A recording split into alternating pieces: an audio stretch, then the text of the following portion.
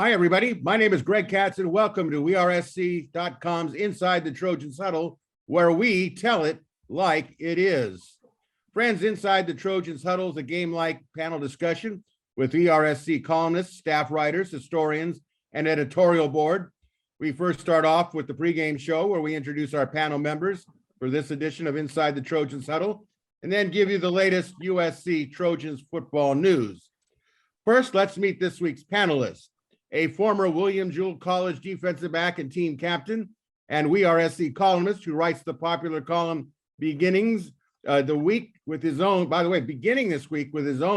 midweek Musings with Arledge video show, Chris Arledge, also a graduate of the USC Law School, the pride of Lake Elsinore Tigers. Again, Chris Arledge. Legendary sports writer and former columnist for the Los Angeles Herald-Examiner, San Diego Tribune, the Orange County Register, and a member of the USC Athletic Hall of Fame and a graduate of USC. This panelist has authored several books on USC football, including the well-received Fight On, The Colorful History of USC Football, and Always Compete, a reflection on the Pete Carroll USC era. And he is the pride of Alhambra High School in Alhambra, California, Steve Bisheff. Former USC first-team All-American, All-Conference linebacker and team captain for the 1975 Trojans, team member of the 1972 USC National Champions, and starter on the 1974 Trojans National Champions, and a WeAreSC columnist who writes defensively and offensively speaking after every USC game. The pride and joy of St. Francis High School in La Cañada, California, Kevin Bruce. Your moderator and producer of Inside the Trojans Huddle, and a weekly WeAreSC columnist who writes Fridays, The Obvious and Not So Obvious, IMHO Sunday, and a member of the Football Writers Association of America, also the pride of Alhambra High School in Alhambra, California. My name is Greg Katz. Before we start this edition of Inside the Trojans Huddle, here's a special programming announcement concerning Inside the Trojans Huddle. Beginning next week, or should we say Arizona week, Inside the Trojans Huddle will air twice weekly on Tuesdays and Thursdays. On Tuesdays, we'll call it our traditional programming first half, where we'll continue to grade the previous weekend's game in the first quarter, discuss important topics pertaining to USC and college football in the second quarter. And for halftime, we will take viewer questions and panel answers. On Thursdays, which we'll refer to as our traditional second half of the huddle, we'll preview the Trojans' next opponent in the third quarter, present timely discussions on this week's developments as it pertains to USC and college football. That'll be in the fourth quarter. And for overtime, the panel will give you our predictions on that weekend's Pac-12 games. And for your Musings with Arledge fan club, we're not going to let you down. It will deservedly have its own show during the midweek, but the Arledge will continue to be a mainstay panelist on Inside the Trojans Huddle, both on Tuesday and Thursday airing. So with that, let's get to the USC latest news as of Monday's taping.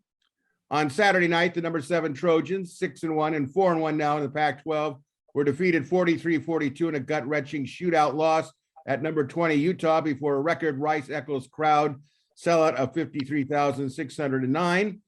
In the difficult loss to the Utes, Trojans quarterback Caleb Williams threw a season-high 5 touchdown passes and 381 yards through the air, and ran for an additional 97 yards. Trojans were led on defense by sophomore inside linebacker Eric Gentry with 8 tackles before he had to leave the game in the second half with an undisclosed leg injury. The loss could also prove costly, with All-America junior wide receiver Jordan Addison and Gentry both having to leave the game with undisclosed leg injuries. And a reminder that review and grading of the Trojans' first half loss of the 2022 season is coming up shortly in our first quarter. With the loss to Utah, the Trojans dropped to number 12 in the new AP Top 25 ranking. The Trojans now are in a bye week and will resume Pac-12 play on Saturday, October 29th at Arizona. And speaking of that particular game, USC at Arizona, the kickoff will be at 4 p.m. Pacific time and will be televised by the Pac-12 network. Friends, WeAreSC's Inside the Trojans Huddle greatly appreciates your viewer and leadership, and we encourage those of you watching on sites like YouTube to click on the red subscriber and like buttons. It's greatly valued and it's free.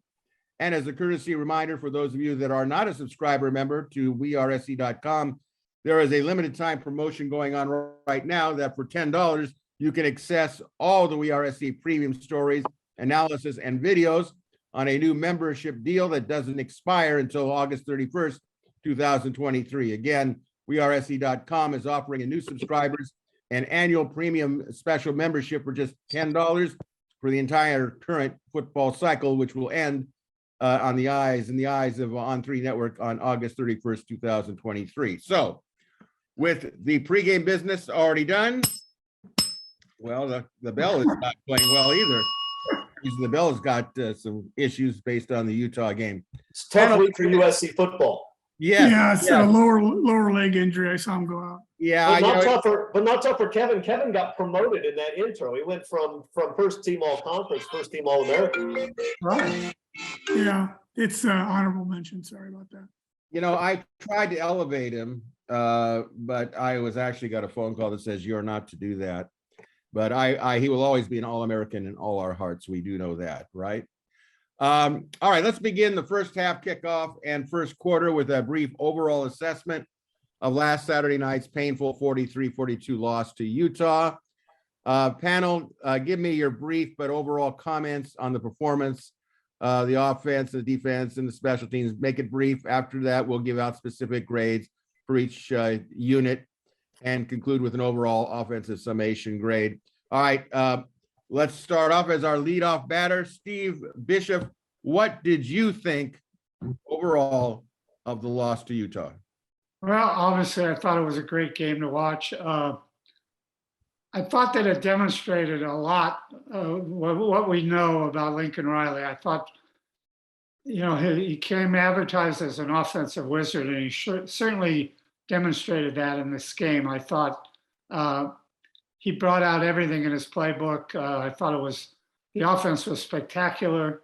His play calling was great. He brought in some new wrinkles. He had double reverses. He brought the tight end back into it. He did a lot of things we hadn't seen before, but it certainly demonstrated that he's one of the great offensive minds in the country. But I think it also demonstrated that, as his reputation was in Oklahoma, he has some problems defensively with his teams. As great as the Oklahoma teams were, when they met quality opponents in the playoffs, they got hammered defensively. And here again this night, I thought they got hammered defensively. Never once during that game did I think they could stop Utah. It just didn't seem impossible. But it was a great effort. Caleb Williams was tremendous. I thought he brought himself back into the Heisman conversation. It was a terrific game.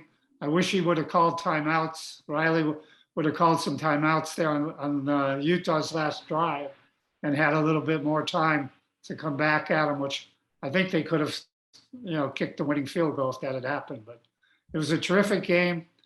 I think it didn't do a great harm to the USC season. You'd like to be undefeated, but I think it's clear they're going to go into the UCLA game 9-1. So it's still a great season and a great turnaround. Chris, your thoughts on the game on Saturday night? Yeah, I agree with everything that Steve said. Look, first of all, it's really difficult to go undefeated in college football, right? It almost never happens. Even Nick Saban tends to lose at least one game a year. Pete Carroll tended to lose one game a year. And so the loss on the road in a close game against a good team isn't devastating. What hurts a little bit is that the game was winnable. And I think there are a couple of things, that really bother me. Steve mentioned one of them. Lincoln Riley's clock management screwed up the game. Well, let's be honest about it. It was clear to just about everybody viewing on television that when Utah has the ball first and goal at the 8 with a little over 2 minutes left in the game, that USC has to make sure there's time left if they score, because you have to expect that they're going to score. And for him not to figure that out is a pretty substantial screw up. Great coach, great turnaround.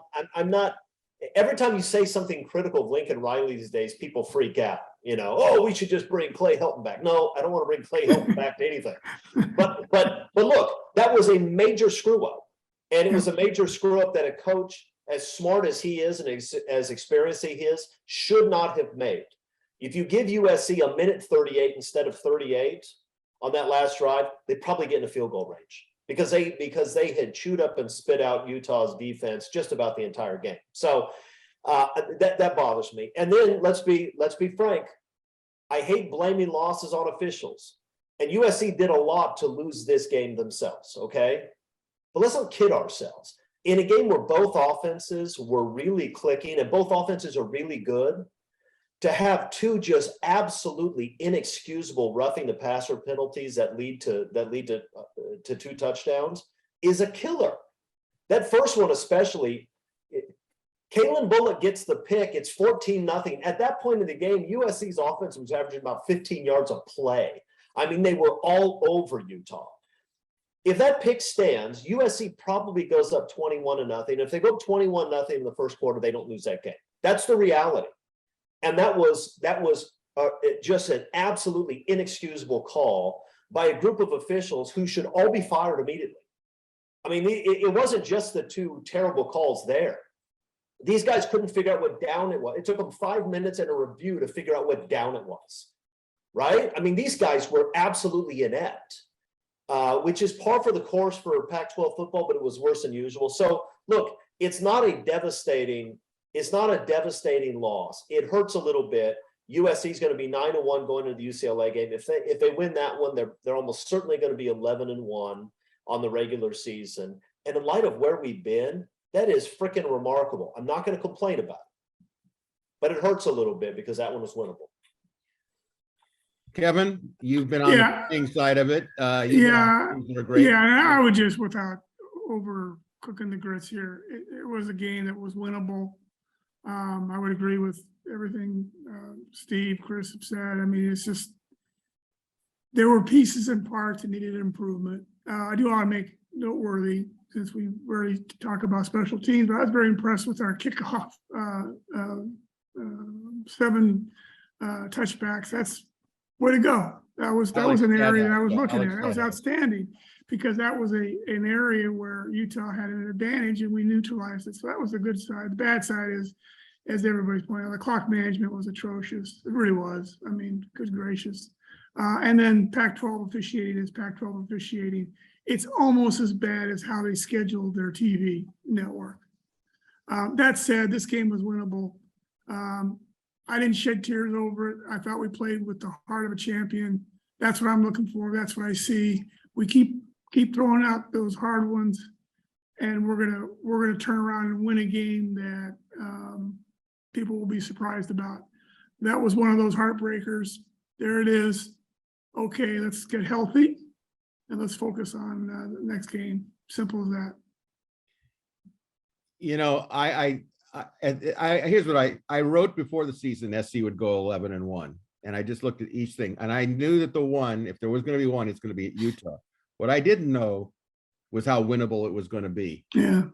But I will say this: in a loss, sometimes I used to tell my teams that wasn't a loss as much as it was a learn. They will learn a lot. If you're going to lose to Utah and Dalton Kincaid's going to catch 16 passes at tight end, better it happens at this point than if they get in the championship game with a rematch. Because if Utah can again have him make 16 catches in a championship game, you know, you deserve to lose. Plus, you know what? Yeah. We've been talking about the defense, and I have to be honest with you. I've always tried to cover up my own discomfort with the defense by saying, look at the scoreboard. But they finally met a team that's of top 25 caliber. And a lot of the things that they could keep off the scoreboard at one point, they couldn't. I mean, it was difficult. You know, I mean, when I looked at this in perspective, in the 2017 Rose Bowl, when Matt Boymeister, I think it was a 46-yard field goal, won on the last play of the game, everyone was excited. Everyone was euphoric. But the final score was like 52-49. If SC had lost, if he had missed the field goal, what's the first thing everyone would have gone to? 49 points. You gave up 49 points. How do you give up 49 points and expect to win? So I thought also the bottom line, then we're going to move on, was when we talk about a learned loss, definitely Lincoln Riley learned something from this. I will be shocked if he doesn't comment and someone doesn't ask him in the media, if you had a chance to call timeouts early on, 2 minutes to go, would you have done it? I will be pleasantly appreciative if he says, I screwed that up, because he won't screw it up again. He's too smart. Yeah, But you know what? To be honest with you, he'd never coached at Rice-Eccles Stadium. And, honestly, he's still a young coach. He's only 39 years old, 38. What's to say that he can't get caught up in it too? And he may have been caught up a little bit in it. So it was a good learning experience for him. So, but let's move now to giving grades for each offensive unit, accompanied by your brief comment. And we'll go in the order of Steve, Chris, Kevin, and myself. Steve, give us your comments for all quarterback, running backs, wide receivers, and offensive line, and a comment, if you wish, on each group. So go right ahead. All right, I'll start with quarterback is A+. I thought you can't play much better than Caleb Williams played. And what's forgotten here is for everything he did and all he achieved, there were no turnovers. He didn't throw a pick. He didn't fumble. Nobody on the offense fumbled. So I think it's pretty remarkable in that atmosphere, in that environment, to do that. I thought overall the wide receivers were great. They got Addison involved early and often, which they didn't do the week before. I think that made a big difference. It was a great performance by the quarterback and the offense. The running backs, I say, were B+. Die was die. Maybe they didn't run for quite as many yards as you would have liked, but they certainly ran for enough to keep the offense balanced. Offensive line, I would give a B. The run blocking was terrific. They had some problem protecting the passer. He got sacked a few times and was running around on his own like only he can, but he's so elusive, he saves you there sometime. But those are 3 grades I'd give. Steve, what did you, forgive me, did you give the running backs a grade? B+. Okay. Chris, how did you see the grading on the four units? I'm fine with Steve's grades, and I'm going to adopt them all. I actually want to approach this a little bit differently, because I think there's something interesting going on when you're talking about Caleb Williams. When Shaq was playing, they used to talk about how he's the toughest guy to officiate in the game, right? Because he was so much bigger and stronger than everybody else that sometimes he'd just be throwing people around the key, just moving normally, and people would hack him, but he's so big, you don't know whether you want to call it. Grading Caleb Williams is a little bit like that, because I think you could make an argument that, with the possible exception of Carson Palmer, USC has never had a quarterback this physically gifted, right? I mean, he's extraordinary. Strong arm, fast, quick. He can do everything. Great balance. And so here's the thing about Caleb Williams is you look at that game and you say there are things that he could have actually done better.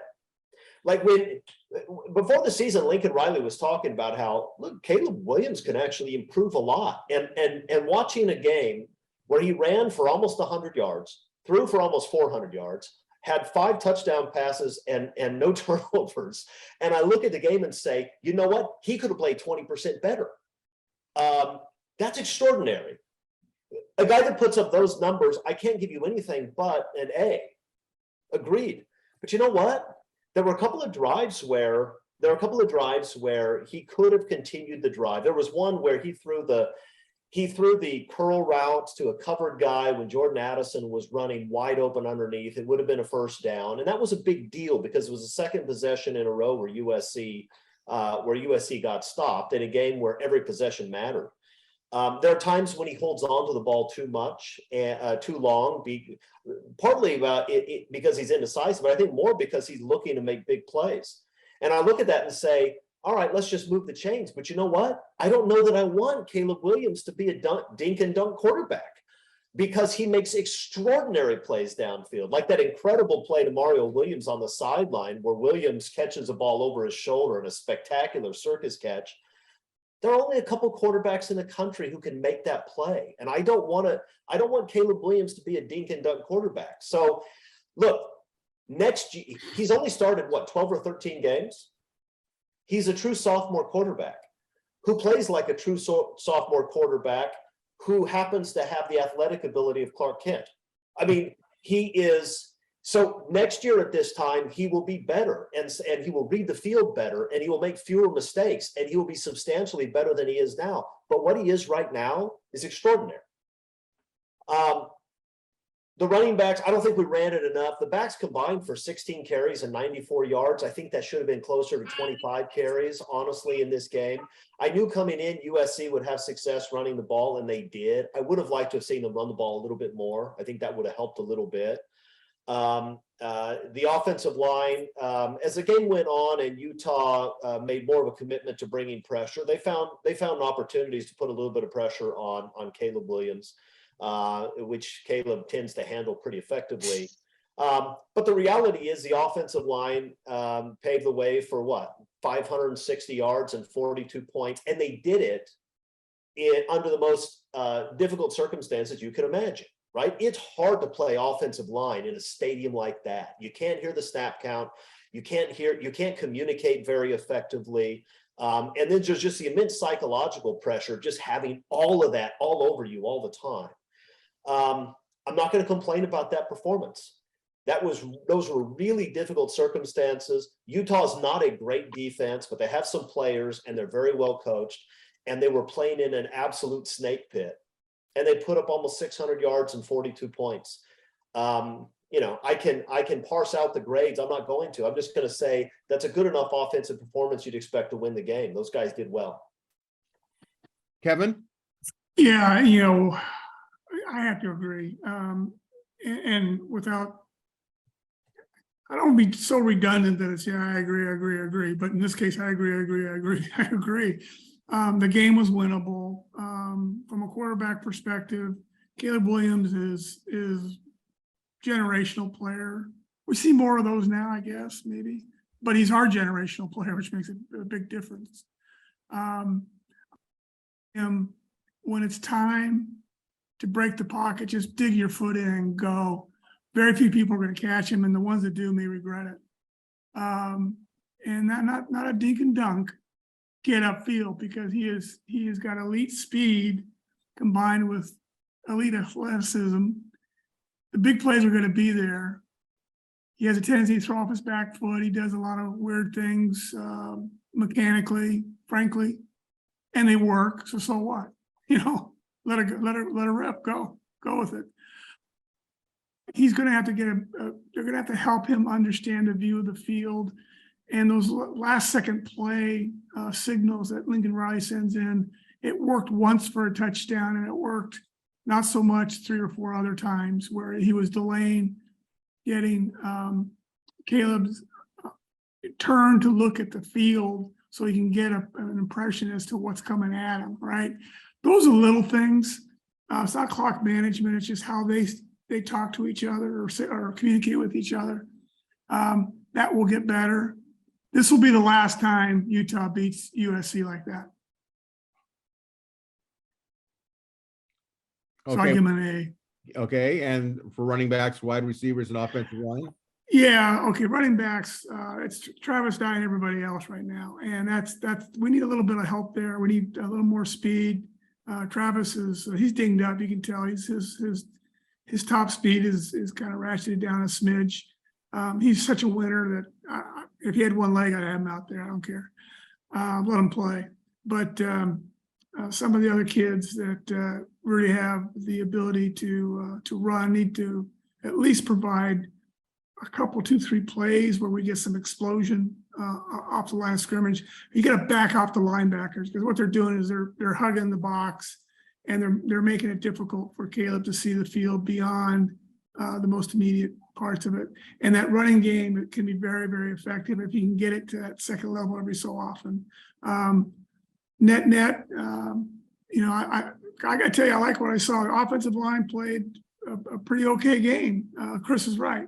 You can't hear yourself talk, let alone someone else. So it's all hand signals. It's movement. It's be ready for the unexpected. You got to keep it a little simpler as a result, which they did. which I applaud. And then it's about execution. If you're going to make it between, play calling and cleverness and all that, or execution, I'll take execution every day of the week. Execute the play. Every play, for the most part, is designed to score a touchdown. So if you execute, you got a better shot at it, especially in a real hostile environment like that. I was proud of the team. I really was. It's not that I like losing. I hate losing. We all do. But I like the way they played. I like the heart of a champion. And I saw that out in the field that day. All right, I will be quick on my grading. I gave Caleb an A. I think one of the big things that came out of it for me was that I was always wondering, when the lights got even brighter and bigger and more responsibility on his shoulder, how would he perform? He was magnificent. It told me that for the balance of the season, he's going to go into every game, UCLA and Notre Dame, ready to go. Tears rolling down his face after the game told me all I needed to know. This guy's a warrior. Running backs, I gave him a B+. Dye is absolutely a stud. Wide receivers, tight end, B+. I was happy to see Josh follow, by the way. Have a couple of touchdowns there. He's been injured, he's been, I don't know, overlooked, whatever the case may be. I think he is going to be a factor in the future. How much confidence did he get from that game? Offensive line, I gave him a B. I thought they were under a lot of stress with the crowd and stuff like that. But hey, they didn't back down physically, and I think that was the important thing to me. So, guys, let's give a final grade. No comment necessary. Steve, final grade for the offense. Hey, Chris. B+. If they had converted one of those two drives, they got stopped late in the first quarter, late in the first half, they probably win the game, and then I'd give them an A. Yeah. A with good officiating, B with what we got. Okay, I went with a B+ myself, and I echo some of Chris's thoughts there. All right, let's move on. Panel, give me your brief but overall comment on the performance of the defense. I know we touched on it a little bit earlier. Then afterwards, we'll get the specific grades for each defensive unit, and then an overall defensive summation grade. So, Steve, quick thought on the defense in general. well, I thought the defense was disappointing. You'd seen flashes of really good defense in the halves of the other games, never 4 quarters, but at least you've seen it for halves. But now you're going up against a really quality offense, and they didn't play well. No sacks. They're leading the country in sacks coming in. No sacks in the biggest game so far. I thought, the secondary played well overall. I think that interception that was nullified was a huge play in the game. I agree with Chris. You could have gone up 21-0 there, and it would have been a whole different game. But I think overall, when you give up as many long drives and as many yards as you did, you can only call it a little disappointing. It's not a lot disappointing. Chris? Yeah, it was disappointing. Here's the thing. College football's changed pretty dramatically over the last 10 or 20 years. And, there's that quote that a lot of people have talked about from Nick Saban a couple of years ago, where he talks about it used to be the good defense would be good offense. And that doesn't happen in college football anymore. You look at the good teams give up a lot of points. And when you're playing a good offense, and Utah's a good offense, you expect that they're going to have success. What you want to do is you want to try to take away what they do really well.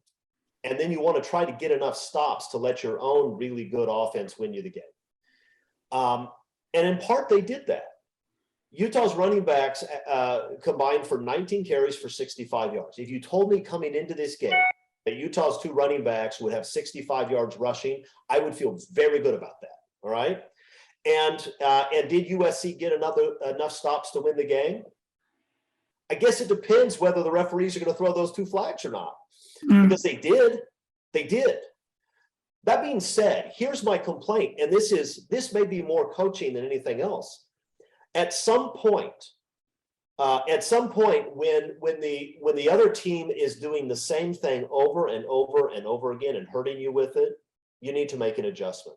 And I understand they wanted to stop the running game. They wanted to try to keep the quarterback contained. which means that maybe you're going to be a little bit less aggressive with your stunts and your pass rush because you want to keep him in the pocket because he runs so well. I get all that.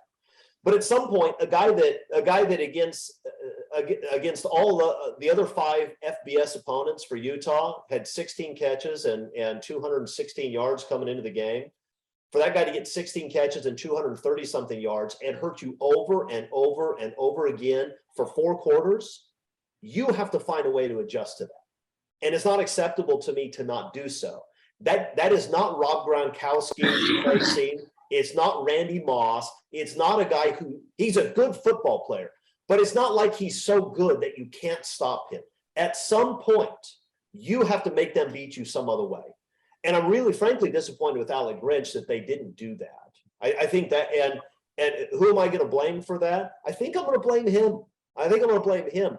It's true that the defensive front didn't do a great job with their pass rush. They did a lousy job with their pass rush.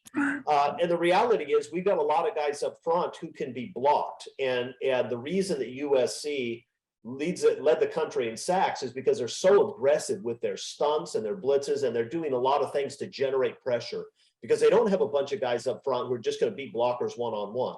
And so to some extent against a team like Utah, I can understand why you don't do that. But geez, at some point you got to say, we're just not going to let this tight end beat us anymore. And they didn't do that. Is that a defensive problem? Yeah. Is that a personnel problem?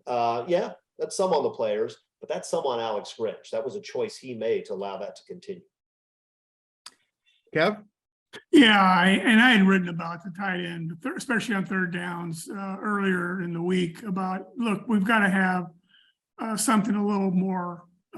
We have to cover him. And I thought the way to cover the tight ends, because actually they would use 2, drop one underneath, drag a guy every so often, whatever. But however it was going to be, that was going to be in my mind. I would have used Gentry before he obviously got hurt. I would have used Gentry on that because he takes away, he nullifies any height advantage and speed advantage. He's got great quickness. He's got the height. He's got length. He really would bother that. He'd make that a very difficult play. And yet we didn't see that type of a hard adjustment. There were some times where they gave him primary assignment, but after a read, he was still playing Mike a lot, Mike linebacker a lot, which is actually not a bad position for him, to tell you the truth. Frankly, whatever, you put him along the front, I don't care. Put him next to Thule. I think that's a great combination. Do some things to cause the other team to have to think about who to block versus just block. And that's all they're doing is blocking. We got 1 total tackle for loss. It was 2 half tackles for losses, by the way. Put on mathematics hat, half, 1. Okay, I got it. That's it. We did no sacks, 1 full TFL, 2 half TFLs, right? And that's it. So we were not playing in the backfield like we should have been. And that's what Grinch's defense is predicated on. Didn't get it done. And like Chris, I will say I put that squarely on Coach's shoulder. I really do. We've got enough horses to kind of to at least improve upon that. That's a pretty meager record, and yet that game was close. And frankly, when I look at the defense, I see a quarterback on a 2-point conversion that should not have happened. Should not have happened, guys. It's inexcusable in my view. So anyway. All right, I'll just say this, in basketball, if you have somebody that's really scoring a lot of points, you change your defense from whatever traditional defense you're using to a box and 1. And it seemed to me that if you're going to spy a quarterback, you could spy Kincaid. Everybody everywhere knew that we're going to go to Kincaid every single time. But let's give Cameron Rising, the quarterback, credit. 16 attempts at Kincaid, 16 receptions by Kincaid. He needed a Rising to also do it. And I don't lose fact of was I disappointed? I knew what this defense was capable of giving up. We all did. This time it translated on the scoreboard as opposed to other times, it would bend but not break. I think, to me, in the end, the loss of Gentry especially on that last drive. I'm Yeah. not convinced that SC couldn't have stopped him for the touchdown, or more specifically, the 2-point conversion. They went right where Gentry would have been. And if Gentry had been in there, I'll tell you, this is another guy that has a heart of a champion. I mean, I saw him limp out onto the field during a timeout. I mean, like on a pogo stick, to inspire his players, his defensive comrades. And I said, wow, this is a warrior. He is a warrior. And I just wonder what it would have been like had he had been there for the balance of the game. It could have happened. Yeah. All right, guys, let's quickly get to specific position grades. Steve, defensive line, rush ends, linebackers, and secondary. Go for it. I would give the defensive line a D. I think they underperformed, and I think it had a great effect on the game. Linebackers, Gentry played great. I'd give the linebackers B-. He was great. You didn't see a lot of other people making as many plays. Secondary, I'd say C+. Okay, Chris? Yeah, I'm fine with all those grades. I might move up the defensive line grade just a little bit, because my primary concern coming into that game was Utah just running the ball all over our guys, which they didn't do. And so I was disappointed that we didn't do a better job with the pass rush. But the truth is we did a pretty good job against the run game, and that's what I was most concerned about. And so they weren't making plays in the backfield, as Kevin mentioned. But they were filling their run lanes, and that hasn't always been the case. Maybe I'll give them a C-. Look, I think a lot of that Utah offense, when that Utah offense is playing well, they're really tough to stop, and that's a good group. So the defense underperformed. I'll give them a C-. I'll give the linebackers. I'll give them a C, maybe a B+. Same with the secondary. I mean, ultimately, somebody's got to find a way to stop that guy from catching every single ball that's thrown to him over and over and over again in the game. And that wasn't the defensive line that's going to do that. That's the linebackers and the secondary. So, yeah, I'll give them those grades. Kevin? Yeah, I give let's just start with the secondary. They had a very quiet game, and it showed. And they gave away, 16 passes, no drops by Kincaid, which is pretty extraordinary. Beyond that, there was the quiet, and you don't want your secondary to be quiet, frankly. I mean, and we didn't see the secondary provide any pressure packages at all, which is a shame that happened, because there's a lot of speed back there and a lot of athleticism that I would expect to see that deployed in a way that would put pressure on a quarterback, get him move, making him move would have made, maybe he only completes 14 passes versus 16 to Kincaid, and those two balls are drops or a pick. We did get a stop in the red zone, just like brilliant, frankly. So that was all right. So overall, net, the linebacker play was there was Gentry, and then there's everybody else. Everybody, and the announcers love picking on Shane Lee, 53. He can't keep up with a running back on a wheel route. Well, no kidding. Who can? I mean, for crying out loud, you want that. If your big play is a wheel route to a running back against a middle linebacker who weighs 258 pounds, God bless you. You're not going to beat us, okay? That's not the issue. The issue is gap control. Chris nailed it. We had good gap control. We did not have good lane penetration. And that was, frankly, a key to the defensive performance, I think. Okay. I gave the defensive line rush ends a D, not because they didn't play with heart, not that they didn't play with violence, but they had no sacks. And that kind of disturbed me. And they didn't have, you add up 2 half tackles for losses, that's a problem. That's a problem. So that is not an average effort to me. The linebackers, Gentry and everybody else, I agree, but Gentry was so good that I gave him a B-. because I thought Gentry was just an All-American in the making. Actually, I'm going to say it for those of you that are oldies but goodies like myself and some of the others here on this panel. Man, he is Ted Hendricks, the former American back in the late 60s that played for the Miami Hurricanes and then was great with the Raiders. I mean, he is a freak of nature. The secondary I gave a C. I thought there was aspects of it where, they could have done a better job, I think, against Kincaid. I don't like pass interference calls. They're going to happen. I realize that. But in a big game like this, in a hostile environment, you got to really be careful what you're doing. I thought that Clark Phillips, the corner for Utah, really knows how to play. He's going to be in the NFL. And he did a lot of the things that SC guys were doing in the secondary, except he didn't give that one extra shove or grab or whatever. He played under a much better control. So I gave them a C.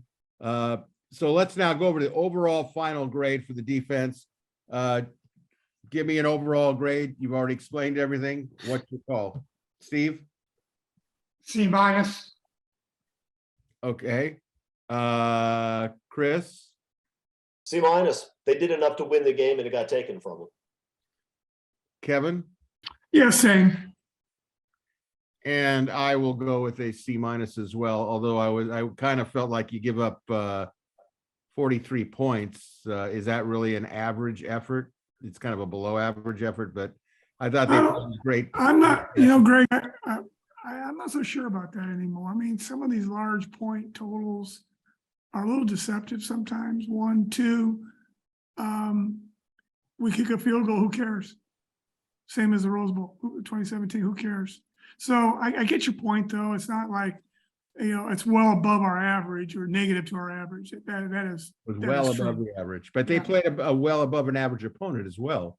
Yeah, correct. And that's So- going to happen sometimes more too, right? Yeah. It's going to happen. It's going to happen next month again because we're going to be in a game just like Exactly right. that. Exactly. Yeah. I think, and then we're going to move on here. I think the thing is I took into account generally, yes, large scores in this day and age of football. Just remember, in the second half, I believe there were 5 out of 6 possessions where Utah went for a touchdown. Yeah. None of these Fair points, enough. none of these points were on a pick six or a real turn touchdown immediately.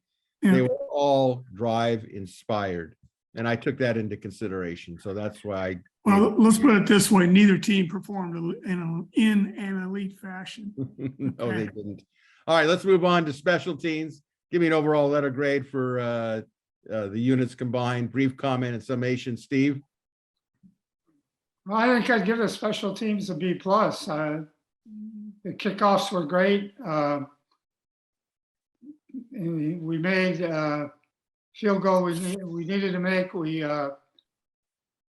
I thought the kick return teams were much improved. It's good to see Brown on the, he's a threat. You give him some room, he's going to break one in the not distant future, I think. I think overall, special teams are good. Okay, Chris? Yeah, I'm fine with those grades. I have an issue with the kickoff return team right now. I know Utah had struggled with their kickoff team. They'd struggled against UCLA. I think that was an area where USC's coaches thought they could make a difference. And the reality is they had a couple of decent returns, including one that would have been enormous had the holding call not brought it back. That being said, they also started at the 10, the 16, the 20, and the 21 in that game because we insist on running the ball out of the end zone. When everybody else in the country is figured out, you take it at the 25. And if you have Caleb Williams and Jordan Addison and Mario Williams and Travis Dye and an offensive line that is doing its job against that Utah defense, take the ball at the freaking 25-yard line, please. Right, every time. Just do that. Yep. It frustrates me to no end when we're starting inside the 15-yard line because we won't just take it at the 25. Now we're in the shadow of our own goal line. You have to be more conservative with the calls and make things a little bit more difficult for you. Stop doing that. We just have to stop that. If we stop doing that, I'd be happy with the special teams. But until we stop doing that, I'm going to complain every week. Okay. Yeah, I'm all on board. I saw a great improvement I saw lane discipline. I saw, good touchbacks on the kickoff team. Return team was to Chris's point. Look, take the ball to 25. That's just a flipping no brainer. Honestly, it is, guys. I know it takes away for the big long, the big play. The possibility of the big play. I get that. But those are hidden negative yards. And if you added it up, it was like 45 hidden negative yards we had to overcome. So that makes the playing field a little bit longer. Don't do that. Make it easier, not harder. Just saying. Chris, did you give us a grade for the special teams? I'm sorry. I adopted Steve's grades. I'm adopting all of Steve's grades today. Well, you're a very bright man. He's a legendary sports Yes. writer. What am I going to do? I'm not going to argue with him. Kev, what grade did you give the overall special teams? Yeah, I just fill it in. Okay. That's how I did my finals. Okay, I'm gonna give him a B. Stanhouse was great. I think he was 7 for 7 on touchbacks on his kickoffs. He was, yeah. Sleep Dalton, I averaged about 50 yards a punt, which is just really good. I'm sure the atmospheric air had something to do with the consistency, but that's just part of the game. I thought the kickoff coverage was much better. I, like Chris, was just shaking my head. I know when you get a true freshman there, Rayleigh Brown, he's just dying to return it, And let's face it, had not Brendan Rice made a downfield hold, that really hurt at the end. Yeah.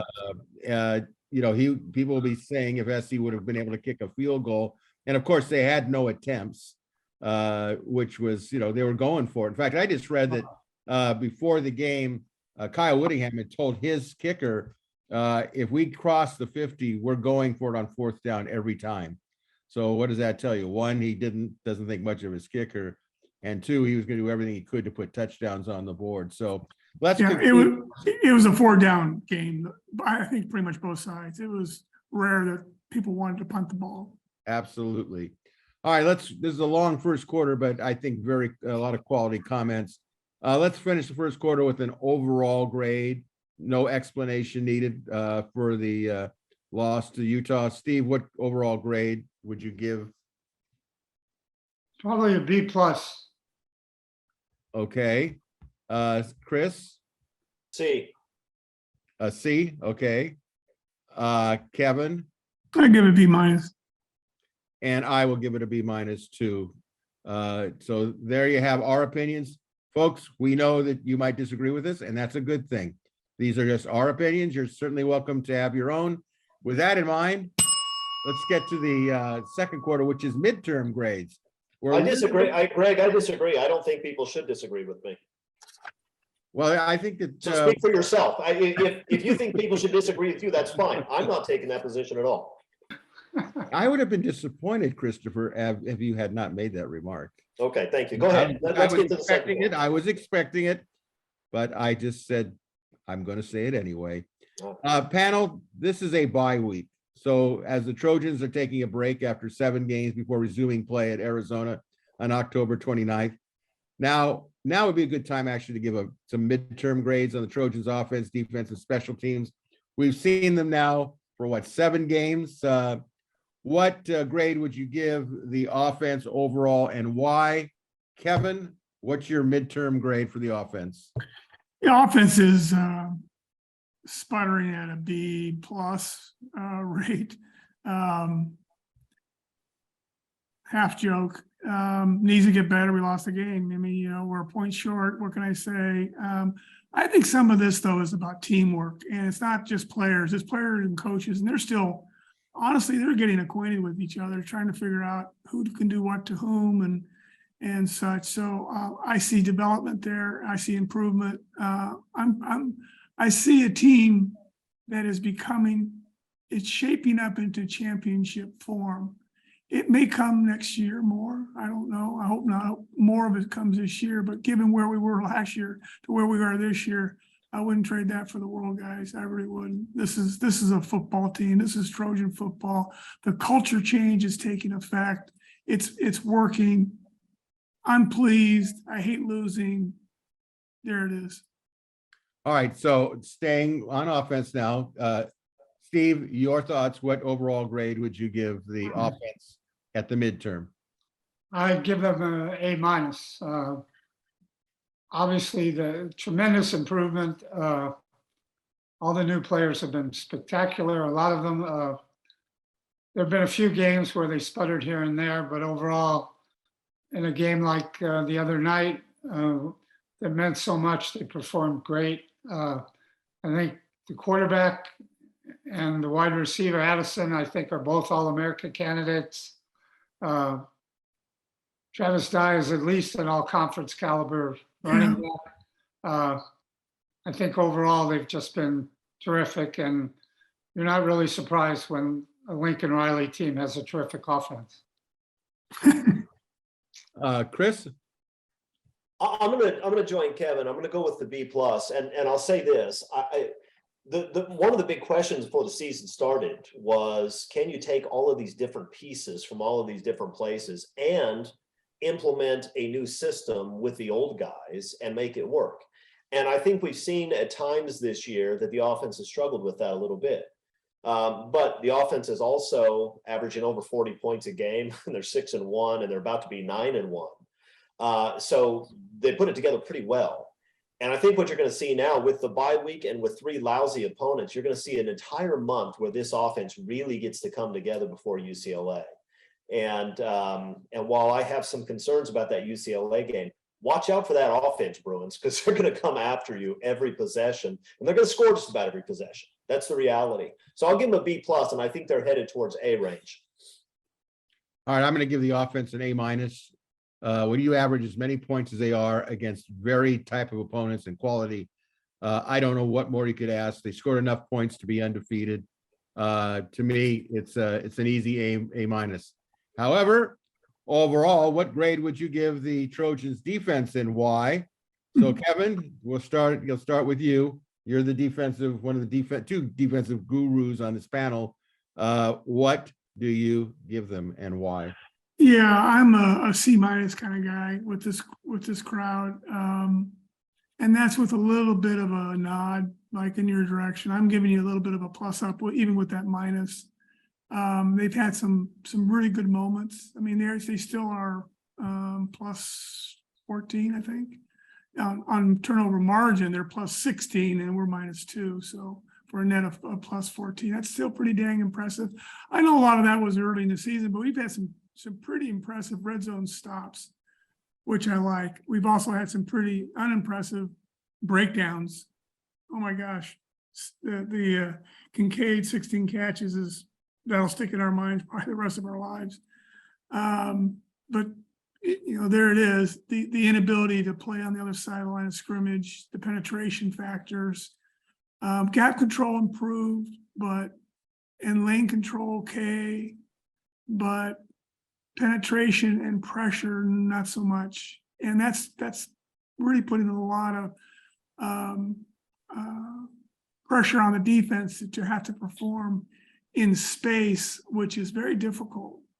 When another quarterback is running around, except when it's Caleb Williams, that's very difficult, and it causes things to break down and gives the defense a chance to pick off a tip pass, make a play, cause a fumble. There's been some good tackling that's improved.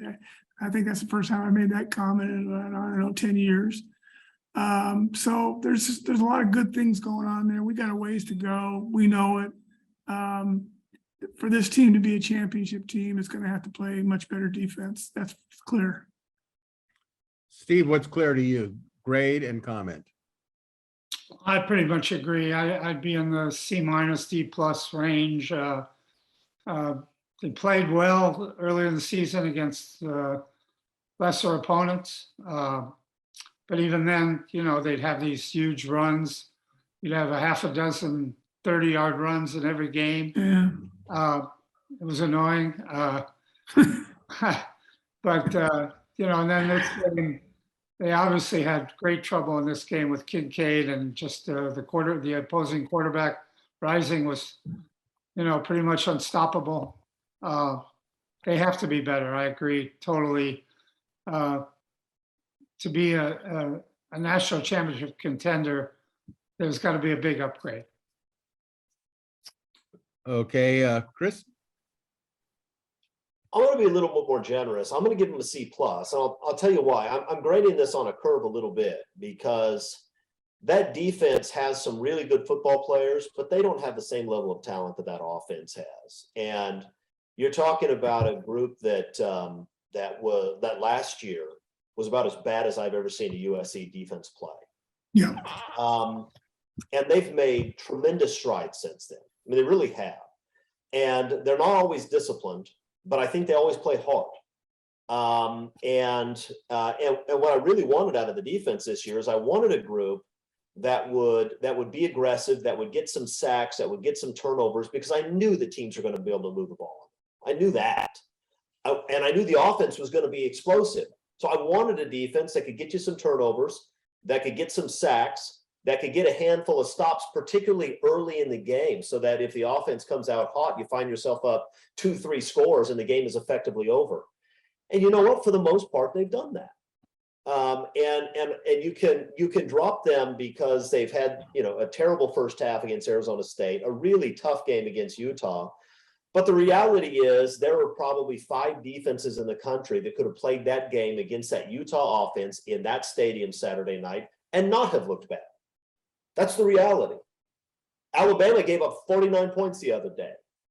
Georgia had a world-class defense last year, about as good as we've seen probably since that 2008 USC defense. They gave up 41 points to Alabama in the SEC championship game. You're going to give up points in modern college football. What I want for those guys is I want them to get sacks. I want them to get turnovers. I want them to stop getting 30, 40-yard runs. They've done most of that this year, so a C+ seems reasonable. Okay, I give a D+. It still comes down to stopping people. And yeah, I agree that more than ever, the offenses are wide open. This is a product of all those 7-on-7 year-round tournaments and everything else that's been going on for well over a decade. And it's really translating onto the field, and coaches are using it. But still, it gets down to the point where, look, do I consider this an average defense? No. Do I consider that they have some above average players like Gentry and Tuipulotu? Absolutely. But until they really are stopping people, and I think, well, what would happen if they get into a really good bowl game and they play Michigan? Or if they somehow managed to get into the playoffs and ended up playing Georgia or Alabama or Clemson, whatever, that might be unfair because you say, well, there's just a big talent change. Remember, Lou Holtz used to sit there and say, it's not about the X's and the O's, it's about the Billies and the Joes. And SC needs to get more Billies and the Joes, but you're playing with what you have. And what I do like about the defense is, even though I gave them the grade that I did, they play hard, they play violent, but you still got to make plays, and you still can't have 0 sacks when it counts. And I go, okay, we have a second half. Let's improve that grade from a D+ to maybe a B-. But again, it's going to depend on who they play, because we all agree that the next 3 games, SC should win, maybe handily. So we'll see it all. So well, hold on a second. I'm going to pick on you a little bit, Greg. I wish you would, because I'm going to dish it right back. So go right ahead. The defense, you say it's all about stopping people. The defense is 31st in the country. Oh, don't start in with statistics. You can bend statistics any way you want. Well, no, you can't. You can't. Yes, you can. Well, Greg, if it's about stopping people, they're in the top quarter of the country in scoring defense. That's not great, but we all know they don't have the personnel to be great. They do not. You know that. I just said that, didn't I? Yeah. Well, so here's my question for you. If they're Okay. in the top quarter in scoring defense in the country with personnel that are average, maybe slightly above average, is that a D+? I don't know, man. That's tough. It would be one thing if this was Malaga, that 2008 defense that had NFL players at every level. It's not. This is a scrappy unit that did not get the sort of influx in talent that the offense did, with some exceptions. I mean, Eric Gentry's been a gigantic addition. Mikey Blackman has been. I'm just saying, I don't know that you can look at this unit and say these guys are essentially failing. I don't know that that's fair. A D Yeah, plus is not a failing grade. Well, D, no, the D call D was plus, D plus. failing. That's failing. If my son comes home with a D plus, that's a failing grade, Greg. I'm not saying that's okay. Well, I can understand that in your perspective, that would be a failing grade in your world. I can understand that scholastically. I got to tell you, I got to round up on the defense, and I've got a point of view here. Obviously, we all do, but my point of view is one that says, look, contrasted to last year's version, this thing is light years better. It is not a failing defense. We've lost one game by 1 point. Okay, the defense certainly has needs improvement. But that improvement comes not just from players, it comes from the team, and the team includes the coaching staff, and the coaching staff has got to get their head out of their hips and start to make some adjustments across the line of scrimmage, okay? Because we're not putting the pressure where it belongs to get the quarterback off the spot, guys, and making some of those plays as we did early in the year. Yes, the competition was a much lesser variety, but now it's we're going to have a nice build up, run up to our finish. Frankly, it couldn't happen any better other than maybe beating Utah by 1 point, right? Which, by the way, we beat the spread for those that keep score at home. That is correct. The spread, I believe, was what, 3.5? Yep, 2.5 to 3.5. Yeah. Yeah. All right. With that, let's get to halftime. Panel, how do you think the loss at Utah will affect the Trojans fan base, enthusiasm, and momentum? And what kind of effect might it have on recruiting? So let's start off with Chris. What do you think? Somebody needs to mute. It might be me, guys. Hang on. Okay. Halftime question. Look, I think everybody who cares about USC football, whether that's recruits or fans, should be pretty darn excited about what we've seen so far. I mean, the program, we thought when Lincoln Riley was hired that the program would turn around. We didn't know how long it would take because the program was at such a low point. And what we found is that USC is probably going to be 10-2 or 11-1 and at the end of this regular season, which means they're going to be ranked somewhere between number 5 and number 10 in the regular season, is my guess. Something could happen weird, but I think that's what we're looking at. What does that mean? That means that you should be extraordinarily excited about what we're seeing, especially because recruits are going to be excited about playing in this offense. Recruits are going to be excited about playing in this defense because there's an opportunity to come in and play early. And it's nice to play defense for a team that scores 40-something points a game. And I think what you're going to find is that USC is going to do really well in the transfer portal on the defensive side of the ball. And that next year, USC is going to have top 5 talent on this roster. That's what I think is going to happen. That's pretty exciting. I can't imagine anybody looking at the 1 point loss to a good opponent at an extraordinarily tough venue and saying, oh, I thought these guys were on their way back. Now they're garbage. I don't think anybody looks at it that way. Mute, Kevin. Kevin, what do you think? Did the loss have an effect on the Trojan fan base? Not the fan base, no. The impact is on others as they view our program. We're not going to get a lot of love from anybody until we beat somebody,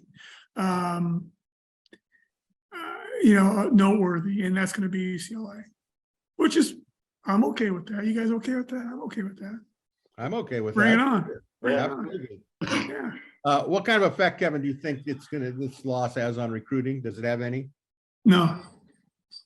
There isn't anything in that game that does anything other than cause a recruit to think, I really want to go to that school because they got a lot going on. And then, the on-campus visit, the whole recruiting cycle goes on. And oh, by the way, we're getting our NIL act together, and cold hard cash is not a bad thing either. So sorry, them's the rules right now. So play by them. Go for it. Steve, your thoughts?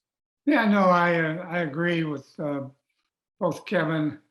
I think you have to be excited and encouraged by what's going on. I think that anyone associated with USC feels that way. I think Riley is still a major contender for Coach of the Year. Yeah. Come in with a turnaround like this, to do what he's done is really extraordinary. And I think most people feel that way. And I think you have to be excited to think that he's going to go out and get some real talent on defense. And what will this team look like after that? It has to be, it can only be exciting. I think that the effect will not affect the enthusiasm or the momentum. If anything, the way they lost, how they lost, knowing that after your pain and your heart kind of subsided a little bit, let's face it, we all agree that SC should be 9-1 going into UCLA. So once they play at Arizona, providing that they can beat Arizona and get back onto winning and have beat Cal and then beat Colorado, the momentum will charge right up to that UCLA game. As far as my understanding from Scott Schrader, our recruiting guru on wearesc.com, it didn't affect recruiting at all. Kids were excited about what they saw. I think everybody understands that if you go, especially if you recruit somebody else's house and they're fanatical and everything's going what seems to be your way, including officials, that it happens. So no, I don't think it's has an effect on the fan base. I don't think it has an effect on recruiting. But I will say this: if they could beat UCLA, I can tell you the door is wide open for whatever happens in the future. That would be an incredible win. And I agree with Chris that that's the game that's going to be the next defining game, in my opinion. Well, I think what you have to hope for too, Greg, is that you get Addison and Gentry back for the UCLA game, because I think that's really crucial. It's a good point. We've got some injuries we need to be mindful of for sure. Very mindful, absolutely. Before we begin the second half, reminder that you're watching or listening to wearesc.com's Inside the Trojan Huddle. This week's WeRSC panelists include Kevin Bruce, Chris Arledge, Steve Bisheff. I'm your moderator, Greg Katz. We also encourage you to check out the wearesc.com website, part of the On3 network, and become a subscriber to the best coverage of USC football, recruiting, and overall coverage of USC. Again, as a reminder, wearesc.com is currently offering a limited new subscribers promotion for being a premium member. For just $10, you can be a premium member, and your subscription doesn't expire until August 31st, 2023. All right, let's go on to the third quarter. And this is a reminder, because I know a lot of you wait for this, and certainly understandably so, the great Chris Arledge, Musing with Arledge. It's going to have its own premiere, its own show this week on wearesc.com. Chris, did you get a specific Wednesday or Thursday date, by the way? I think Wednesday, but I can't make that promise because I have some editing to do. Okay. So be on the lookout Wednesday or Thursday for Chris's Musings with Arledge. I'm sure it'll be as enjoyable as usual. And by the way, Chris will still join us for our Tuesday, Thursday shows, and we greatly appreciate that. So panel, entering into the third quarter, the second half, let's take a look at the current standings in the Pac-12, which teams have been the most surprising, which teams have been the most disappointing. But let's first take a look at the conference standings as they are of this week. For those of you that aren't following the standings, one is UCLA, the 3-0, 6-0 overall. Oregon, 3-0 in the Pac, 5-1 overall. USC is third at 4-1, 6-1 overall. Fourth is Utah, 3-1, 5-2 overall. Fifth is Oregon State, 2-2 in conference, 5-2 overall. Sixth, Washington, 2-2, 5-2 overall. Cal, number 7, 1-2, 3-3 overall. 8, ASU, 1-2, 2-4 overall. Number 9, Colorado, 1-2, 1-6 overall. 10, Washington State, 1-3, 4-3 overall. 11, Arizona, 1-3, 3-4 overall. And 12, Stanford, 0-4, 2-4 overall. Just a reminder, these standings are set by the conference. And a brief reminder that the two teams with the highest winning percentage in conference will meet in Las Vegas, I believe it's December 2nd, for the Pac-12 championship game. All right, that being said, let's ask the panel, what has surprised you of these 12 teams, and what has been the most disappointing? So, Chris, have at it. your thoughts on standings as of today? Yeah, I don't know that I'm surprised by much of it. I'm surprised that UCLA hasn't dropped a game. I thought they would be good, especially offensively, and they are. But I thought they'd be the typical UCLA team, which means they'd go out and just embarrass themselves some week. Which, by the way, they almost did against South Alabama. I mean, they did almost lose to a tiny school. Yeah, I think you'd have to say that 6-0 overall for them is something to surprise. I think Washington State has played a little bit better than people expected them to. They're still 1-3 in conference, but I think they've looked better than I thought they would, especially losing their quarterback, which didn't hurt them because they got another guy that can play. I am not surprised that Stanford has struggled. I'm a little bit surprised they're 0-4. I'm not surprised they've struggled. That program has been falling apart steadily for some time, and David Shaw, he is a good coach. He's been an overrated coach in the conference for a very long time. He took over something that Jim Harbaugh built, which was extraordinary, and he was able to maintain it. But a little bit every single year, it falls farther and farther and farther back. And they're dead in the water at this point, even with that win over Notre Dame, because I think that win over Notre Dame tells you a lot more about the Irish than it does about the Cardinal. So I'm a little bit surprised they're in last place. I'm not surprised they're struggling. All the rest of it seems about right. I mean, you have the top 6 teams, UCLA down to Washington. Those are all programs that I think are, in some sense, either already good or on the rise. And the bottom 6 teams in the conference are all programs that aren't terribly good, and even the ones that are improving, maybe Washington State, maybe Arizona, who's playing better, they're still not threats to do anything. So it's sort of a have-nots conference and a split right down the middle. Kevin, surprises, disappointments? No disappointments, no real surprises. I think it's kind of about right.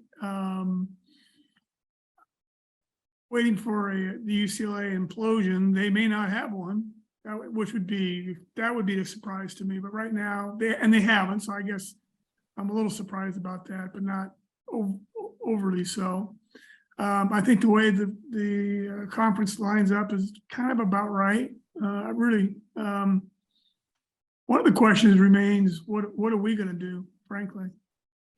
And we've got some games coming up here that we should just take these guys to the woodshed and just pound them.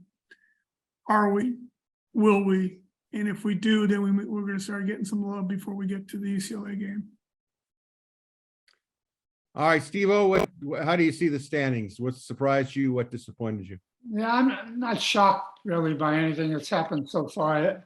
I know a lot of people thought are surprised about UCLA, but I really wasn't. At the end of last year, I thought they had become a really excellent offensive team. And then when both the quarterback and running back came back, I knew they were going to be really good. And I knew they had 3 cupcakes to start the season. And they were going to be 3-0. And I thought maybe they might lose one game in the next 3, but they haven't, because they've really improved. And they're going to be a handful when USC plays them. It should really be a fun game.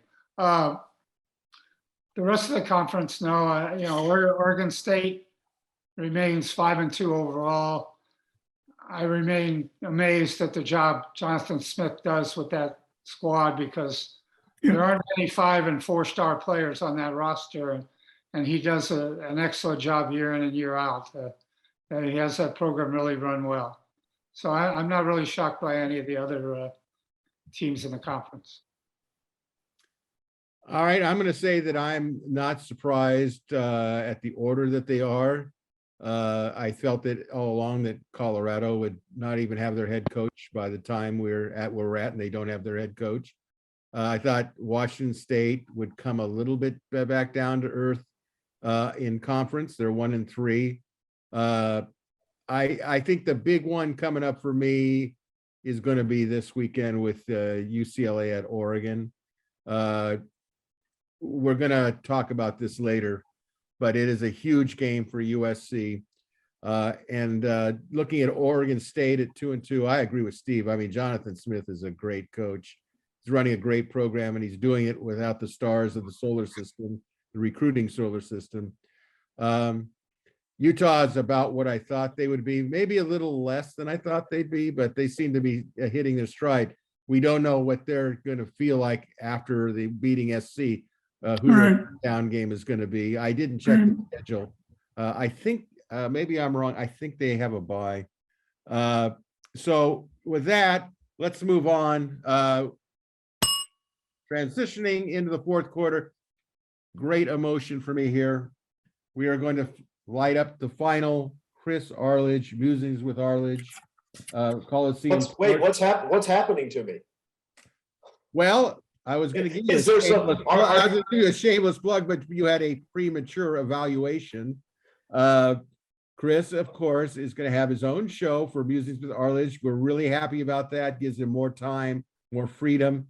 But we have up to this point called the lighting of the torch, the Chris Arledge torch lighting. It will no longer be called the Chris Arledge torch lighting because he is moving on to bigger and better things. But in honor of his transition to his own show, for the last time, we will light this up and honor him with our symbolic Coliseum torch. So congratulations again to Chris Arledge. All right. I'm glad you added to his own show after transition there. And I'm a little bit worried that when you say that this is the last time, I thought you were going to fire me or there was some other bad news. No. We all love you. You're adored by everyone. That's not true. Well, we know that's not true, but we have to put a happy face on it. So with that, all right, we have done our duty, our memorial Arledge torch. We will still be lighting the torch in the future, by the way, for those of you that get a kick out of it. So let's enter the fourth quarter, and this is a good transition for a weekend of Pac-12 play with a big one on Saturday, October 22nd. UCLA 6-0. I think they're ranked number 9, right? Pac-12 5-0 at I think number 10. Oregon 5-1, 3-0 in the Pac-12. This will be a 12:30 kickoff on Fox. Oregon is favored by 6 points. Steve, what's going to happen? Your pick. You know, obviously, it's a major game in the conference and meaningful, really meaningful for USC. You'd love to see UCLA win this game just to make the game in 3 or 4 weeks from now even more entertaining and meaningful. But I think this is UCLA's first big test on the road. And Oregon Eugene could be a tough place to play. We all know that. We've all been there. I think UCLA will play well, but I think I have to pick Oregon in a close game. Okay. Christopher, what's your call on this game? So I thought coming into this past week that USC was a better football team than Utah, but that they would struggle because of the venue. I think the same thing is true here. UCLA is better than Oregon. Oregon hasn't beaten anybody this year. They're 5-1 and they've won 5 straight, and they've done it playing the dregs of the conference. They still have UCLA, Utah, Washington, and Oregon State to play. They have been beating nobodies. And remember, in one of those 5 wins, they were getting their head handed to them by Washington State before Washington State coughed it, as they often do. Oregon is vastly overrated, but playing at Autzen is a real problem. So I think the game will be close. I expect UCLA to win it because they are the superior team. And actually, I'll go a step further and say not only will Oregon drop this one, but they'll drop 2 more the rest of the way. They're just not that good. UCLA is. UCLA wins, but it's close. Kev, your thoughts? Yeah, similar. UCLA is just they're a good football team, and they're actually one of the best in the conference. Some would argue the best in the conference, but that's why we play the games, right? But they'll take care of Oregon. Oregon is overrated, and even you give them 7.5 points just being up in Autzen, that's fine. That's still not going to be enough. UCLA is going to win this game. And I will pick UCLA as well. not only because I want them to beat Oregon, but I think they're the better team. I think this UCLA. Oh, no, I hate them. Anybody beats them is fine with me. I don't care about all this other crap. But they're a better team. So there you go. Yeah, I think UCLA is gonna beat Oregon. Chip is coach there. He'll know how to handle it. I think DTR is on a mission. I think the whole UCLA team is on a mission. I had doubts about them early on, but they're proven to me that they appear to be the real deal. And I think that in the end, I don't think this is going to be Oregon's last or only loss in the conference. I could see them going down against Oregon State, depending on where that game is being played. But I agree with Chris. I think that they're going to lose another game. SC needs Oregon to lose two conference games so that when SC plays UCLA, that we don't get into these tiebreakers and all this myriad. We know the conference doesn't want to see SC or UCLA win it all. We know that. It's kind of like a badly kept a secret. So I'm going with the Bruins. 8 clap for me on this one. Arizona State 2-4 in the Pac-12 1-2 at Stanford 2-4 Pac-12 0-4 1 p.m. Pac-12 Network. Stanford is a 3-point favorite. Steve, who's winning it? It should be a close game. It's interesting. Arizona State's offense against Stanford, maybe better defense. The game's at Stanford. I'll pick Stanford by a field goal. So you're going with the odds, 3-point favorite. Okay, Chris? I'm going with Arizona State. I actually think the Sun Devils have played better since Herm Edwards' dismissal. And sometimes you'll see that. Sometimes you'll see the opposite, like last year where USC completely fell apart. But I think they've played better. And I don't think Stanford's any good. And I know they beat the Irish. The Irish are terrible offensively. I think Arizona State wins this game. It's going to be close and it's going to be ugly. Don't watch it. Kevin, are you going to watch it? Oh, I might just. There might be something I might learn. Don't do it, Kevin. Actually, no, I'm not. You know what? I've only got so many brain cells. Hell with it. Let's go with Arizona State. What the heck? Why not? Okay, I'm going to pick Stanford. I can't believe Stanford could be worse than what they are. Yeah, I agree with Chris totally. Notre Dame doesn't have an offense, but you still go back to South Bend and you win. That will get Stanford motivated, in my opinion, to play hard. I think that Arizona State's done a fine job of rebounding with the loss of Herm Edwards. But I think Stanford will be motivated enough. I agree with Steve, probably a 3-point favorite. And then, as Kevin says, that's why they play the games. All right, Colorado, 1-5, Pac-12 1-2 at Oregon State, 5-2, Pac-12 2-2, 5 p.m. Pac-12 networks. Oregon State is favored by 23.5 points. Steve, is it going to be a rout? I know Colorado is just thrilled that they finally won a game, which doesn't say a lot about Cal. I think I think Oregon State wins this game easily. Chris? Yeah, Oregon State is well coached. They're playing at home. Colorado is a grease fire. This is an easy win for the Beavers. All right, Kev? Same. And Oregon State will clean their clock. Although I was amused when Colorado won in overtime against Cal, and the fans rushed the field. If you didn't know the reason why, you think they had just won the conference and were going to the Rose Bowl. All right, our last game in a shortened conference schedule this weekend. Washington 5-2, Pac-12 2-2 at Cal 3-3, Pac-12 1-2, 7:30 p.m. It's the whatever they call it, the night train, whatever it is for ESPN. Oregon State is a 3-point favorite. Washington is favored by 7.5 points. Steve, how do you see this one? Yeah, if Oregon State Colorado wasn't the easiest game to pick, this is, I think. Washington should win decisively. Decisively. All right. Chris? Yeah, this one won't be close. Cal is really bad. Washington was a little bit overrated a couple of weeks ago when people thought they might be a top 10 team. They're not, but they're pretty good. They have a good quarterback. They're going to score points, and Cal can't score points, so it should be easy. Kevin? Yeah, same. I like to watch the game just to learn something about a future opponent. So there you go. So whoever. I mean, honestly, beyond that, you could blank the names out. I wouldn't care. All right, I will go with Washington beyond the points. I think what's really curious before we move on to one of the bigger scoring predictions is that this is a year that SC does not play Oregon or Washington. How much in the end will that affect the final standings going in? Because next year SC will play Washington and they will play Oregon. I believe the game is at Eugene, actually. So the Trojans really have the schedule in their favor. So with that, let's move on to the big one, or one of the big ones. Georgia Southern prediction. It's been presented by the unofficial Clay Helton fan club.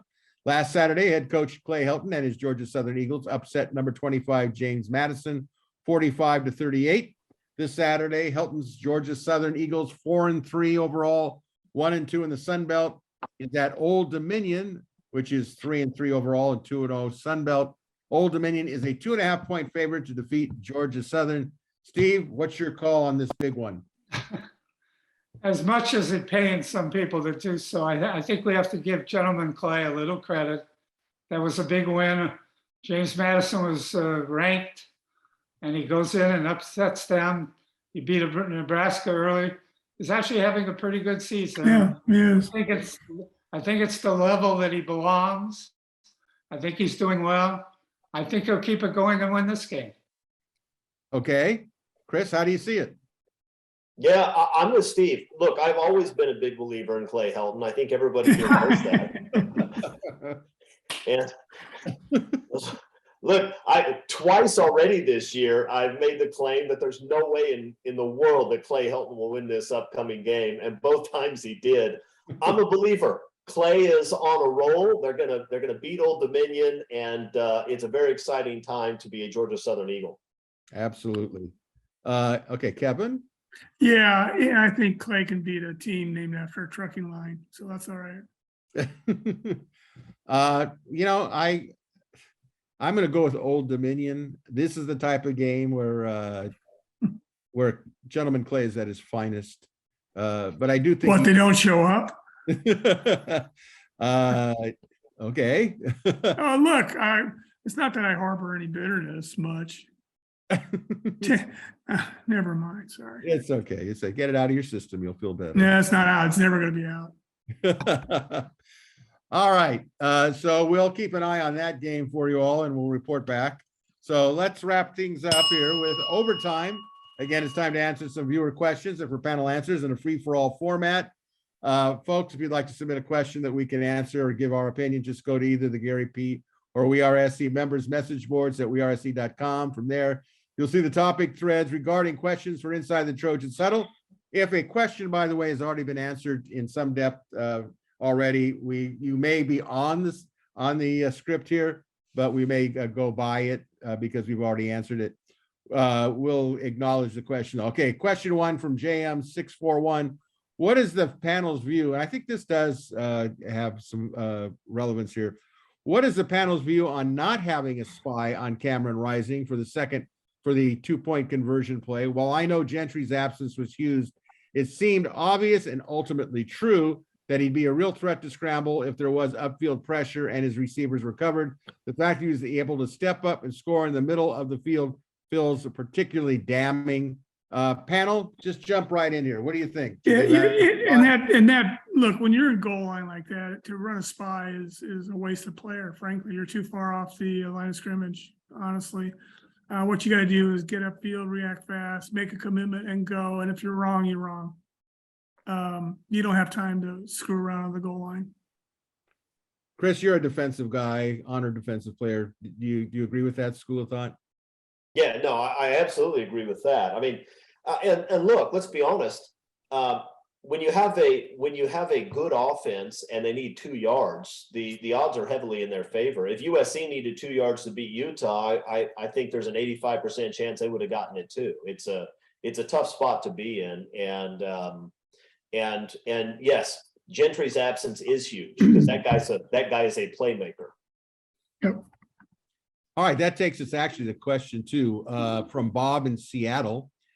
Eric Gentry, beyond his height and wingspan, what are the characteristics that make him so effective? I recall that before the season started, Kevin Bruce said he was going to be special. And with Eric's success, will we recruit other taller, leaner linebackers moving forward? What do you think? Well, first of all, it's not about the wingspan, the height, the measurables. It's about the heart and the ability to, the guy loves football. But most of those defensive players, including the ones that maybe need to up their game, they love playing football. And that's what was missing with the son of the offensive lineman, okay? We had players that did not love playing football, which is why you pretty much have a clean slate now. And therefore, recruiting-wise, you go with good football players, good athletics. Look, the secrets are out there. There's not a lot of new there. It's just about getting the right ones in the right place and teaching them the right techniques and some of those kinds of elements and pulling it all together. This is a brand new defense with brand new coaches, with the exception of Williams. That's it. And the performance that they put out there so far is pretty darn impressive, given those particulars. All right, let's move on here. Question 3 from Corona Trojans fan in Vancouver, Washington. Guys, any ideas on how potential USC defensive position recruits view the situation with the Trojans? Would they be drawn to a team that clearly needs their services now to complement what is a very good offense? Or would they rather go to a place like Georgia or Alabama that is loaded from the depth chart for their positions, but has a recent history of placing players in the NFL? I'll chime in on this one. No, what players on defensive recruits see for USC right now is opportunity. They see the program is growing. They can actually see, as do we all, that SC is making huge strides to return to among the elite of college football. This is a great, great opportunity. A lot of players in our area, when I say our area, Southern California, we're looking for reasons to play at USC. A lot of them left the area because it's not that they didn't want to play at USC, it's they didn't feel the program was going to put them in a position to enjoy their 3 or 4 years. Now it is, changes the whole thing. I mean, if some defensive star in Southern California just wants to play at, quote, Ohio State, they're going to do it. But by and large, those players now have a good reason to come to USC. No matter what UCLA does, USC is still the football school. We want to be on a team with a national stage. Bingo, you got it. USC is now back on the national stage. Absolutely right. Absolutely. Question 4 for Merlin for USC from, I don't even know where this is from, Kamatsu, wherever that is. But this is for Arledge. It says for Arledge. Hey, you can't say that on family TV. Come on. I don't even know what that is. Is that a bad word? There's a question specifically for me? Yes. Okay, let's do it. Okay, for Arledge, love your comments. Look forward to your takes always. Question, why do you think it mere incompetence for the Pac-12 refs? I think that they are competent when they want to be, since there is no remedy for finding a wrongful officiating. What's the point of a review if it is not a matter of incompetence? Do we have any recourse at all? For now, I just slap my neon asterisk on the record book. Thanks and fight on. So first of all, this is a great viewer and or reader because they complimented me on what I'm doing. So I like them already. Here's what they're reacting to. I have made the assertion that the Pac-12 officials are not corrupt. They're just terrible at what they do. He says, no, he thinks they are competent when they want to be. Well, when is that? Because I haven't seen that. And furthermore, when you look at that game, it wasn't just the 2 bad calls against USC were the ones that fundamentally changed the game. That's true. But there were also some horrific calls that were going to go against Utah. I mean, they were going to run 10 seconds off the clock when Utah needed clock because the officials decided they wanted to review something. That doesn't make any sense. Nobody in the stadium or no viewer on television thought that made sense. Only Pac-12 officials would even think that's a possibility. They're completely and utterly inept. They couldn't keep track of the downs without going and looking at the video at the review. I mean, they're completely and utterly inept. For them to be corrupt, that would mean they're actually good at their jobs and they just try to cheat USC.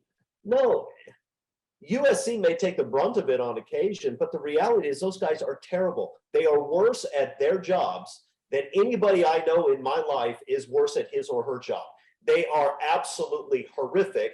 They should have been fired years ago. And the fact that the conference never does anything about it just shows that it's a rinky-dink conference that we're right to leave. All right. Well put. Well said. In the interest of time, folks, I did what we're going to do. We're going to have one last question, which I think is appropriate. I'm going to save some of the other questions for Tuesday under our new format. So let's end with this one. It's from Trojan in the Valley. And this is kind of directed to Chris and Kevin because they played at the collegiate level. What do players and coaches typically do during a bye week? For players, is the practice routine the same, or is this time used as a mini vacation to heal and spend time on schoolwork? For coaches, is it bonus time to hit the recruiting trail? Guys, what did you do during your bye weeks, and what happens during a bye week, basically? Yeah, from a coaching perspective, it is clearly a recruiting opportunity, and they're out and about and gone, and therefore the practices tended to be maybe a bit shorter, but they were sharper, right? So a lot more conditioning activity, especially aerobic conditioning. As far as schoolwork goes, look, everybody had their own plan, so it's like, whatever. Get it done and get it done, right? Yeah, stay eligible, get your degree, and you never know what's going to happen. With respect to getting ready for the next opponent, I disliked bye weeks because it took us out of pattern. I love playing the game. A lot of guys, we all love playing the game. Let's go play a game. And actually, we would have some little half scrimmages and during the bye week. It wasn't about for some, it was about getting healthy. That's okay. That's appropriate. But for some, it was just about, hey, let's go out and have some fun and grab each other and knock each other around a little bit and just, make do. And then when you get to the prep week, that Sunday was really where the biggest change was. Instead of a film and a workout, film of that prior day's game and then a workout, it was, we're now ready to start working against the next opponent. So you actually get a whole day and a half advantage coming off a bye. So that's how I viewed it. Yeah, I agree with all that, of course. And I would add that generally you're not doing game planning for your next opponent. If you have guys who, now played 7 straight games, including a really physical game last week, guys like Travis Dye don't need to be practicing. They're probably going to take a lot of time off. It's a chance to get the younger guys some work and see what they can do. This is your first chance really to get some of those guys some first team reps in practice, because some of those freshmen that haven't played very much but have talent, you want them to make a big jump forward this week and see whether you can start to use them more the second half of the season. So I would look for some of the freshmen to actually start to get more time, both because you have a bye week and because you have 3-week opponents. You would like to have a guy like Rayleigh Brown in a position where by the time UCLA comes around, he's more comfortable. He's hitting the hole harder. He's doing some things that can really make you more dangerous offensively. And this is sort of the start of that. Okay, a reminder again, if you have a question or comments for our panel, go to either of the We Are SC message boards and click on the thread that pertains to Inside the Trojans Huddle viewer or listener questions. And with that, that will do it for this edition of Inside the Trojans Huddle. A reminder, the next Tuesday begins our new Tuesday-Thursday format of Inside the Trojans Huddle format. And a reminder, Chris Arledge's Musings with Arledge will be appearing this week, either Wednesday or Thursday from here on out. And we wish him the best of good fortune on that. So until then, a big thank you to this week's panel of Kevin Bruce, Chris Arledge, and Steve Bisheff. And a special thank you to all of you for watching or listening to Inside the Trojans Huddle. Till next Tuesday, this is your moderator, Greg Katz, reminding you all to fight on, everybody.